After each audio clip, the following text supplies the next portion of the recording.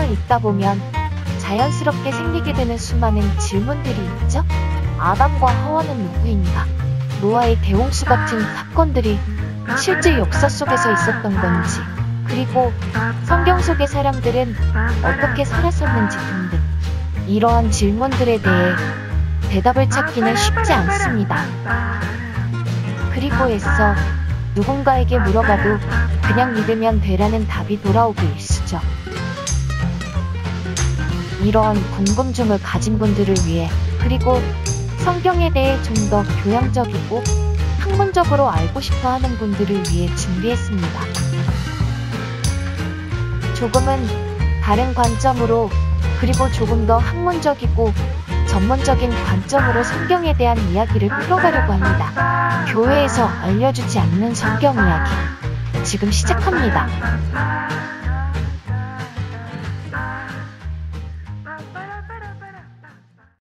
안녕하세요, 하은입니다. 여름매미입니다. 딴지입니다. 요즘 날씨가 좋죠? 네, 4월이 날씨가 따뜻하고 잎들이 피어나잖아요. 저는 그 막 이파리가 나올 때에 연한 녹색이 좋아요. 네, 저도요. 매미님은 나무 좀 심으셨다면서요? 아, 네, 작년에 심었던 나무 중에 몇 그루가 죽어서 얼마 전에 새로 심었어요. 오, 나무도 심으시는군요? 작년에 과일나무들을 좀 심었거든요. 그런데 이번에 힘든 겨울을 났어요. 아, 텍사스에 얼마 전 완전 눈폭풍에 영하의 날씨가 계속되었죠. 네, 그래서 배랑 자두와 사과는 괜찮은데 복숭아가 하필 그때 싹이 났다가 그대로 얼어버렸어요.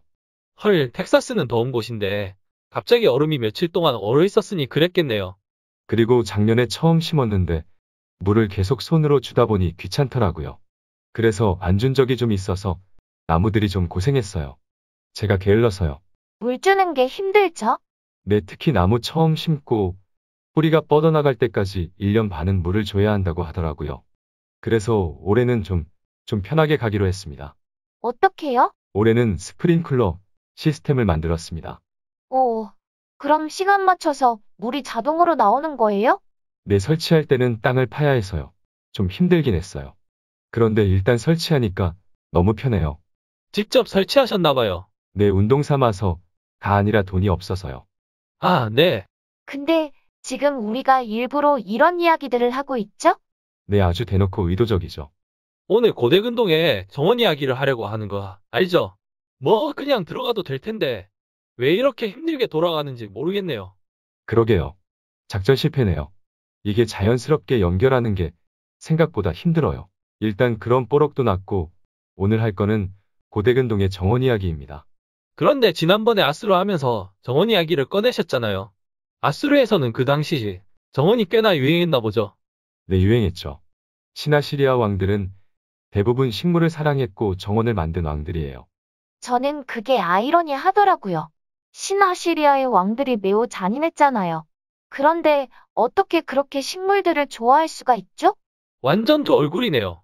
뭐 일단 식물을 사랑한 건 맞긴 한데요. 정원을 그냥 뒷마당 정원이 아니라 좀 보여주기 식으로 거대하게 만들긴 했어요. 아, 그럼 과시욕 이런 것도 있었나 보네요. 네, 그리고 실용적인 부분도 있었어요. 예를 들어 거기서 연례 행사를 한다든지 신을 모신다든지 같이요. 아, 그냥 과시하고 즐기는 목적만은 아니었네요. 네, 특히 신아시리아나 신바빌론에서는 아키투 축제를 정원에서 했죠. 지난번에 신아시리아의 수도를 찾다가 아수르 지도를 봤는데요. 성 밖에 티그라스 강변에 아키투 신전이 있더라고요. 그리고 이 신전은 정원으로 둘러싸여 있고요. 그런데 아키투 축제가 뭔가요? 아키투 축제는 3, 4월에 봄에 있었던 축제인데요. 해마다 보리의 파종을 축하하기 위한 행사였대요. 열이틀 동안 계속되었다고 합니다. 목적은 한 해의 잘못에 대해 제사장이 신에게 용서를 구하며 나라를 지켜달라는 기도를 드리기 위한 것이고요. 참 바빌로니아의 아키투 행사에서는 이누마엘리시가 낭송되었다고 하더라고요. 그런데 이누 마일릿이 언제 하나요? 네, 고답니다. 아무튼 이 아키투 축제에 특이한 점이 하나 있었는데요. 5일째의 왕이 신전에 들어가서 옷이 벗겨지고 뺨을 얻어맞습니다. 헛, 왕이 뺨을 맞아요? 네, 이 축제가 사실 신들에게 용서를 구하며 나라를 지켜달라는 부탁을 하는 의미가 있는데요. 왕이 잘못한 것에 대해 대표로 맞는 거죠. 그럼 왕들은 이 행사 별로 안 좋아했을 것 같네요. 그러게요. 왠지 행사를 기피했을 듯해요. 아, 그리고 뺨도 그냥 한 대 툭 맞는 게 아니라 눈물이 날 때까지 맞습니다. 눈물이 안 나오면 무효였다네요. 헐 대박이었네요. 근데 뺨은 누가 때렸나요? 대사제요. 행사 끝나고 혹시 대사제 부르는 거 아니에요? 너 감정이 좀 들어있는 것 같더라. 뭐 이렇게 갈구면서요. 뭐 그랬을지도 모르죠. 그것도 흥미로운 연구 주제네요. 뭐 아무튼 정원에서는 이런 행사도 했고요. 또 때로는 동물을 풀어놓고 사냥도 했대요. 헐, 얼마나 정원이 컸으면 사냥까지 해요? 뭐 왕의 정원이고 또 신까지 모신 정원이면 규모가 좀 되어야죠. 그럼 일단 본격적으로 오늘 이야기에 들어갈게요. 인트로로 기원전 2000년 무렵에 바빌로니아 토판에 나온 이야기를 하나 소개해 보겠습니다. 하은님이 읽어주세요. 왕이 자신의 궁전에 대추야자나무를 심고 그 옆에 능수버드나무를 심었다.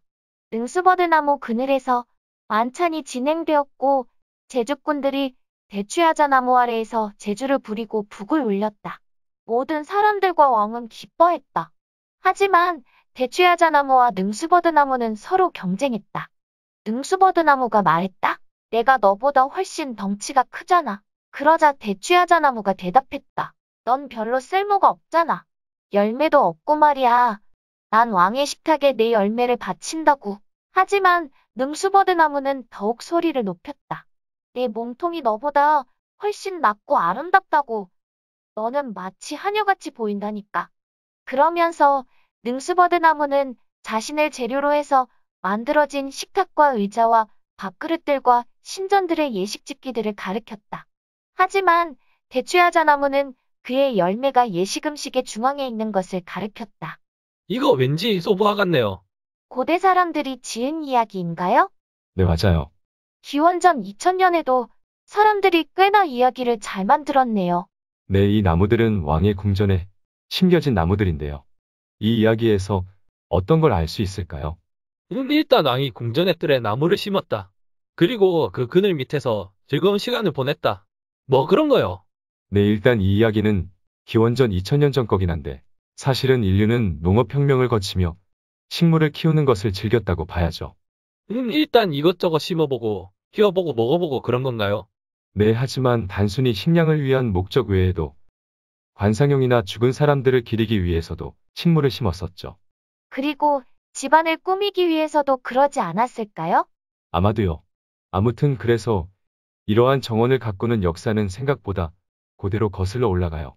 조금 이 정원의 역사를 이야기해 볼게요. 예를 들어 우리가 에블라 왕국 할 때 나왔던 마리국 생각나세요? 네, 그 에블라의 숙적이었죠? 역시 복스방이시네요. 네, 대충 마리국 위원대가 기원전 3000년부터였죠. 마리국의 궁전의 정원은 종려나무 정원이라고 불렸대요. 종려나무가 많았나 봐요. 네, 그리고 마리국에서 정원을 가꿨던 전문 정원사들에 대한 기록도 남아있고요. 과수원과 연못터들도 발견이 됩니다. 그때부터 이미 전문적으로 정원을 가꾼 거네요. 네, 그리고 길가메시 서사시에서 나온 우르크를 소개하는 부분이 있는데요. 딴지님이 읽어주세요. 오르샤나비여, 우르크의 성벽 위에 올라가 그 기초를 살펴보라. 벽돌을 쌓은 솜씨를 살펴보라. 구운 벽돌이다. 7명의 슬기로운 자들이 그 기초를 놓았다. 전체의 3분의 1은 도시이고 3분의 1은 정원이며 나머지 3분의 1은 들판이다. 거기에는 이시타르 여신의 신전이 있다. 그것이 우르크의 전부이다. 여기서 우르크의 도시의 3분의 1이 정원이라고 말하네요. 녹색 뜻인데요? 그럼 고대 도시들에 있던 정원은 상당히 큰 편이었네요. 네, 맞아요. 그러면 우리가 지난번에 했던 아시리아의 왕들의 정원 이야기로 넘어가 볼게요. 먼저 기원전 883년부터 859년에 신아시리아를 다스렸던 아슈르나시르팔 2세는 당시 수도인 님로드의 정원을 만들었는데요. 이분은 과수원에 물을 대기 위해 산을 뚫고 운하를 만들었습니다. 헐, 산을 뚫어요? 네, 대단하죠? 그리고 그 과수원에 그가 정복한 나라들에서 가져온 각종 씨앗들과 식물들을 심었대요. 예를 들어 각종 소나무와 사이프러스 나무, 향나무들을 종류별로 심었고요. 아몬드와 대추, 흑단나무, 대추야자나무도 심었대요. 아, 그럼 아시리아의 왕들의 정원은 주로 정복지에서 가져온 식물들이라는 거네요. 네, 어찌 보면 전리품이겠죠? 그럼 아마도 그 나무를 볼 때마다 내가 저기 정복했었지 같은 뿌듯함도 있었을 것 같아요. 네, 그랬을 것 같아요. 그리고 사르곤 2세 아시죠? 네, 그 북이스라엘을 멸망시킨 왕이죠? 네, 기억력이 좋으시네요. 그 사르곤 2세도 수도를 니느웨 북서쪽에 있는 디르샤르킨으로 옮겼는데요. 그리고 거기에 정원과 과수원을 만들었대요. 사르곤의 기록에는 메마드 이시타의 백성들로부터 사과나무 2350그루와 비파나무 450그루를 징수해서 옮겨 심었다고 하고 있어요. 또 수의 백성들로부터 사과나무 1000그루를 가져왔다고도 말하고요. 장난 아니네요. 기본 천단이네요. 매미님 올해 나무 몇 그루 심으셨다고요? 올해 6그루인데 뭐 비교가 안 되는군요. 사과나무 몇천 그루면 완전 초대형 과수원이네요, 정말. 네, 그리고 사르곤 2세는 거기서 사자와 매사냥을 했었대요. 정원에 사자를 풀어요? 그러다 도망가기라도 하면 어떡해요? 아, 이야기 안 했나요? 그 당시 왕의 정원은 모두 벽으로 둘러싸여 있었어요. 사자가 도망갈 수가 없게요. 그리고 문지기도 있었고요. 그러다가 사자가 막 덤벼들면요? 물론 왕을 보호하는 군사들도 같이 있었죠. 정원에서의 사냥은 그냥 당시의 스포츠라고 생각하시면 될 것 같아요. 그리고 사자 외에도 사슴이나 계젤 등도 많이 풀어놨대요. 그럼 정말 사냥 연습장, 뭐 이런 느낌이었을 것 같네요. 네, 참고 삼아 이 사냥 연습장의 이미지를 하나 가져왔는데 아슈르바니팔 왕의 정원에 대한 토판 이미지예요. 사자가 정말 나무 아래에 있네요. 네, 사자 2마리가 종려나무 아래에서 백합 사이에 누워있죠. 왠지 평화로워 보이네요. 낙원처럼요. 네, 그럼 이제 사내리방으로 넘어갈게요. 이 사내리방이 지난번에 남유다를 쳐들어간 왕이죠. 아, 네, 그랬죠. 히스기야 왕에게서 곡물과 포로 20만 명을 받아간 왕이었죠. 이 왕도 정원을 좋아했나 보네요. 사내리방도 수도를 니느웨로 옮겨서 정원을 만들었는데요. 왕들이 수도를 많이도 옮겼네요. 뭐 일단 나라도 팽창했고 또 자신이 새로운 수도를 지는 성취감도 있잖아요. 일단 니느웨는 강물이 도시를 관통하고 지나가요. 서울의 한강과 같네요. 매우 아름다웠을 것 같아요. 네, 이 강의 이름이 추수리였는데요. 사내리방은 이 강물을 끌어다가 정원에 물을 댔는데요. 당시의 사내리방의 기록을 하은님이 읽어주세요. 나는 주변의 산들의 식물들과 히타이트 땅의 식물들과 감람나무와 고원의 덩쿨 식물들과 모든 나라의 과일나무들을 종류별로 심었다. 나아가 나는 키시리의 산을 깎고 평평하게 하여 식물들이 잘 자라도록 했다. 또한 수르강에서 물을 끌어다가 수로를 만들었다. 수로의 물이 흐르는 시간만 대략 1시간 반 정도 걸리는 긴 수로를 만들었고 물이 잘 공급되도록 했다. 정원에는 연못을 만들고 갈대를 심었다. 신의 은혜로 정원의 식물들은 매우 잘 자랐고 덩쿨 식물들과 과일나무와 각종 식물들은 키가 컸고 크게 자랐다. 나무와 갈대들, 야자수와 사이프러스와 과일나무들도 마찬가지였다. 연못의 갈대는 잘라서 궁전에서 다양한 목적으로 사용하였다. 이거 사내리방이 남유다를 쳐들어왔던 왕이 아니라면 식물 키우는 걸 좋아하는 착한 왕이라고 생각했을 것 같아요. 네, 완전 아이러니하네요. 식물을 키우는 사람들 중에는 나쁜 사람이 없다고 생각했는데요. 네, 사내리방은 사실 정복보다 건축을 좀 더 잘했던 왕이었던 것 같아요. 이 정원은 사실 엄청 큰 정원이었는데요. 면적만 16,000제곱미터의 면적이었대요. 16,000이면 엄청 크게 느껴지는데 얼마나 되나요? 축구장이 7,000제곱미터니까 축구장의 2배 이상이네요. 그 크기가 정원이라면 장난 아니네요. 네, 그리고 이 정원에는 안에 거대한 저수지도 있었고요. 저수지 안에는 물고기들도 살았대요. 그리고 갈대가 에워싸고 있었고요. 아름다웠을 것 같아요. 네, 아시리아인들이 언덕도 많이 만들고 연못도 파고 조경하는 걸 무척 잘했다고 하더라고요. 그리고 정원 안에는 신들을 위한 신전과 연회장이 있어서 각종 제사와 행사들이 열렸대요. 네, 그랬군요. 그리고 지난번에 공중정원 이야기를 했는데요. 이 이야기를 조금 해볼게요. 저는 옛날에 공중정원이란 말을 처음 들었을 땐 하늘에 떠있는 정원이라고 생각했어요. 저도 어렸을 때 그랬던 것 같아요. 그런 일본 애니메이션도 있었던 것 같고요. 뭐 사실 비슷하긴 하죠? 기둥들을 세워 천정을 바치고 그 위에 식물들을 심었으니까요. 떠 있는 정원이긴 하죠. 네, 그럼 이 공중정원 이야기를 조금만 더 해볼게요. 공중정원에 대해서는 몇몇 고대의 역사가들이 기록을 남겼는데요. 먼저 기원전 1세기에 그리스의 디오도루스 시큘러스라는 역사가가 있었는데요. 그는 공중정원이 시리아 왕이 페르시아에서 온 왕녀를 위해 만들었다고 기록했어요. 그녀가 옛날 집을 그리워하자 기억할 수 있도록 만들었대요. 또 유대인 역사가 요세푸스가 기원전 3세기 정도 바빌론에 살았던 칼데아인 제사장 베로수스의 기록을 인용했는데요. 여기서 요세푸스는 공중정원을 지은 사람이 느부갓네살왕이라고 말해요. 이 기록을 딴지님이 읽어주세요. 거대한 기둥들이 받치는 높은 길이 있고 온갖 나무와 식물들을 심은 후에 이를 공중의 낙원이라고 치겠다. 그는 궁전의 배치를 산악지방과 정확히 같은 형태로 조성했는데 이는 산악지방인 메디아에서 태어나 자란 왕비를 기쁘게 해주기 위해서였다.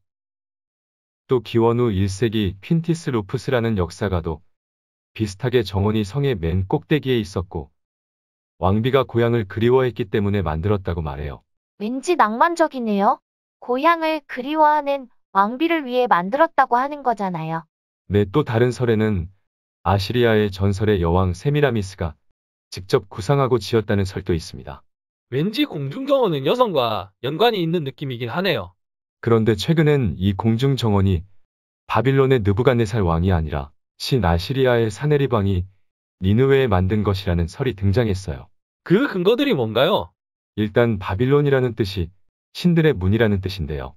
당시에는 성문들의 주로 신들의 이름을 많이 붙였대요. 이전에 에블라 왕국도 그랬죠? 그리고 또 니느웨는 기원전 700년경엔 고 바빌론이라는 이름으로 알려졌다고 해요. 몇 가지 정황이 있네요. 그런데 아까 느부갓네살 왕이라고 직접 말한 역사가도 있다고 하셨잖아요. 네, 그게 바로 요세푸스였는데요. 일단 저는 개인적으로 요세푸스 별로 안 좋아합니다. 왜요? 혹시 원한이라도 있으세요? 뭐 그거보다 이스라엘 민족의 배신자 뭐 그런 느낌이라서요. 나중에 예수에 대한 요세푸스의 기록을 하게 될 때 좀 더 이야기할게요. 이 요세푸스가 예수에 대한 역사적 기록을 한 걸로 알려졌죠? 네, 플레비우스의 고백이요. 그런데 과연 믿을 수 있을지는 나중에 두고 보죠. 네, 알겠습니다. 아무튼 공중정원을 지은 게 느부갓네살왕이라고 말한 건 요세푸스 뿐인데요. 당시 유대인들은 느부갓네살과 사네리방을 헷갈려 했대요. 발음이 다른데 왜 헷갈렸죠? 뭐 일단 외경인 유디스기에는 느부갓네살이 니느웨를 다스린 아시리아 왕이라고 말하고 있다고 하더라고요. 아, 그럼 헷갈렸을 가능성이 있네요. 그리고 사네리방이 공중으로 물을 끌어올리는 방법을 설명한 기록이 남아있대요. 왠지 사내리방은 그랬을 것 같아요. 아까 기록도 제법 상세하잖아요. 네, 아까도 말했지만 산으로부터 운하를 80킬로나 파서 물을 대었다고 했죠. 그리고 사네립의 비문에는 물을 끌어올리는 장치에 대해서 언급하는데요. 긴 원통 안에 구리로 만든 나선형 장치를 말해요. 또 이것을 뒷받침하는 역사가가 기원전 1세기의 스트라보인데요. 공중정원이 아르키메데스의 나선식 회전장치를 이용해서 물을 끌어올렸다고 말해요. 그런데 아르키메데스는 좀 한참 뒤에 살았던 그리스 사람 아닌가요? 네, 그렇긴 한데 이 아르키메데스의 나선형 회전장치는 생각보다 어렵지 않아요. 그리고 그 전에 이집트에서도 많이 썼대요. 아, 그럼 실제로 사용되었지만 이름이 나중에 붙은 거네요. 그리고 또 다른 근거는 기원전 480년경에 헤로도토스라는 유명한 역사가가 바빌론에 대해서 기록했는데 이 공중정원은 등장하지 않습니다. 시대적으로는 헤로도토스가 공중정원 당시와 가장 가까운데 말이죠. 그리고 바빌론의 느부갓네살 왕의 기록에도 이 공중정원 이야기는 나오지 않습니다. 일단 여러 정황 증거로 볼 때는 사내리방이 만든 것 같은 느낌이긴 하네요. 뭐 100%는 아닌 것 같기도 하고요. 네, 이런 게 좀 역사 기록의 한계점이긴 하죠. 그래도 공중정원을 누가 지었다고 하더라도 일단 당시 왕들이 정원을 만들고 가꾸기를 좋아했다는 공통점은 보이네요. 네, 그리고 이런 정원 이야기 하게 되면 우리가 생각나는 동산이 하나 있죠. 그렇죠. 우리 기독교에 관한 방송이잖아요. 이것도 매우 의도적인 질문이죠? 네, 티가 좀 나나요? 네, 답은 알 것 같은데요. 에덴 동산이죠. 하긴 왠지 연관성이 있어 보이긴 합니다. 네, 아무래도 에덴 동산 이야기를 해야 할 것 같은데요. 일단 이런 왕들의 정원들과 에덴 동산이 비슷한 점이 많은데요. 혹시 뭘 것 같으세요? 이제까지 나온 왕들의 정원들과 비교하면 쉽게 알 수 있을 것 같은데요. 일단 두 곳 모두 나무들, 특히 과일 나무들이 많았다. 그렇죠. 창세기에는 보기에 아름답고 먹기에 좋은 열매를 맺는 온갖 나무들이 있었다고 기록해요. 그리고 왕이 지었다고 봐도 되겠네요. 그 말도 맞죠.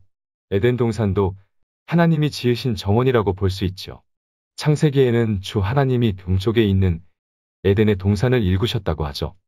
일구다라는 단어를 들으니까 마치 아시리아인들이 언덕을 만들고 연못을 파고 정원을 만드는 것처럼 그냥 딱 에덴 동산이 있던 것이 아니고 만든 것 같은 느낌이네요. 네, 이 일구다라는 단어의 원어가 히브리어로 나타라고 하는데요. 예를 들어 노아가 포도원을 일구다 하는 문장에 사용돼요. 그렇군요. 그리고 동물들을 풀어놓았다도 비슷한 것 같아요. 네, 아까 아시리아의 왕들은 사슴이나 게젤을 풀어놓았고 사자도 풀어놓기도 했죠. 아슈르바니팔 왕의 토판에 있던 평화로운 사자 두 마리처럼요. 창세기에서도 하나님이 동물들을 만들어서 사람에게 끌어오셨다고 했죠. 물론 아담이 사냥을 했을지는 모르고요. 근데 에덴에서 쫓겨나면서 가죽옷을 입잖아요. 그럼 하나님이 사냥을 하셨을 수도 있다고 봐야 하나요? 암튼 이건 잘 모르겠네요. 아, 그리고 에덴 동산에서 4개의 강들이 발원한다고 하잖아요. 살짝 다르긴 한데 이런 왕들의 정원들도 다 강들 근처나 강이 관통하는 곳에 만들잖아요. 네, 그 부분도 사실 비슷하네요. 참고로 바빌론 설화에서는 티그리스 유프라테스 강이 이누마엘리시에서 죽은 여신 티아메트의 두 눈에서 흘러나온다고 말해요. 죽은 여신의 두 눈에서 흘러나오는 강이라 왠지 섬뜩하네요. 또 아까 왕들의 정원은 벽으로 둘러싸여 있고 지키는 문지기도 있었다고 했잖아요. 에덴 동산에도 지키는 존재가 있었죠. 에덴 동산도 불칼을 든 천사가 지키고 있다고 하잖아요. 그런 면에서는 비슷하네요. 네, 그것도 맞고요. 또 저는 두 곳 모두 정원사가 있었다고 말하고 싶네요. 물론 왕의 정원에는 실제로 정원을 가꾸는 사람들이었지만 아담도 직업이 에덴 동산을 돌보는 것이었잖아요. 네, 그렇죠. 그런데 그 정원사가 먹지 말라는 열매를 먹은 거잖아요. 그럼 아시리아 왕들의 정원에도 선악과 같은 신성한 열매를 맺는 나무가 있었나요? 네, 아까는 이야기를 안 했는데 신성한 나무가 있었습니다. 사진을 가져왔는데요. 한번 보실래요? 아, 사과나무처럼은 안 보이네요. 이게 나무라기보다 가운데 기둥이 있고요. 줄기들이 수평으로 대칭되어 있는 형태 같은데요. 네, 그리고 그 나무 위로 지난번에 우리가 이야기한 날개가 있는 태양원반이 햇살을 내리고 있네요. 이게 아수르신의 상징이었죠? 나무는 바로 그 아래에 있고요. 좌우로는 왕과 제사장 같은 사람들이 물통 같은 걸 들고서 있네요. 네, 그런데 뭔가 신성한 나무같이 보이긴 하네요. 그런데 메소포타미아에서 유명한 나무는 사실 선악과가 아니라 영생의 나무였어요. 그런가요? 네, 이 영생의 추구는 사실 고대 근동 신화에서 자주 나오는 이야기인데요. 아까 나왔던 길가메시 서사시도 길가메시가 이 영생의 열매를 찾아다닌 거고요. 나중에 다룰 아담 우설화도 그렇고요. 또 에덴 동산에 해당되는 딜문 동산이 영원히 살 수 있는 곳이었죠. 중국의 진시황도 불로초를 찾아다녔다고 했잖아요. 고대 근동의 왕들도 영생을 찾아다녔나 보네요. 그러고 보니 그 부분도 비슷하긴 하네요. 죽음을 극복하고자 한 왕들의 이야기라. 참 그리고 참고로 선악을 알게 하는 나무는 고대 유대인들의 독특한 나무라서 또 다음에 이야기할게요. 네, 알겠습니다. 그리고 지금 보고 있는 이 신성한 나무에 대해서는 사실 학자들의 의견이 분분하긴 합니다. 어떤 의견들이 있나요? 예를 들어 파르폴라라는 학자는 이게 카발라의 세피롯의 나무와 비슷하다고 말해요. 카발라 들어봤는데 유대교 신비주의 아닌가요? 네, 맞습니다. 그 카발라의 세피롯의 나무가 등장하는데요. 사실 나무라기보다 동전 10개를 나무 모양으로 늘어놓은 것처럼 보여요. 동전은 어떻게 놓은 건데요? 그러니까 왼쪽에 동전을 3개 세로로 놓고요. 가운데 4개, 그리고 오른쪽에 3개를 놓아요. 이 각각의 동전들이 세피롯이라고 하는 원소들인데요. 남성과 여성, 긍정과 부정, 능동과 수동, 빛과 어둠 등의 대칭되는 원소들이 있어요. 그리고 가운데 평형의 기둥이라는 둥치가 밸런스를 유지하고 있죠. 뭔가 철학적이네요. 그런데 아시리아의 신성한 나무도 가운데 둥치가 있고 양쪽으로 가지들과 열매들이 대칭되게 있잖아요. 그런 모양이 비슷하다는 거죠. 그런데 사실 이 카발라가 훨씬 후대에 나온 거 아닌가요? 네, 그렇죠. 그리고 모양이 비슷하다는 거 외에는 사실 특별한 게 없는 것 같아요. 물론 파르폴라는 아시리아의 신들을 원소에 대입하기도 하고 이 나무가 신적 질서를 완벽한 인간인 왕을 통해서 유지한다는 기능적인 면에 집중하긴 합니다. 흥미는 가는데 뭔가 딱 이거다라는 결론은 안 나오네요. 네, 그렇죠. 이런 가설들은 확실히 상상력이 필요한 것 같긴 해요.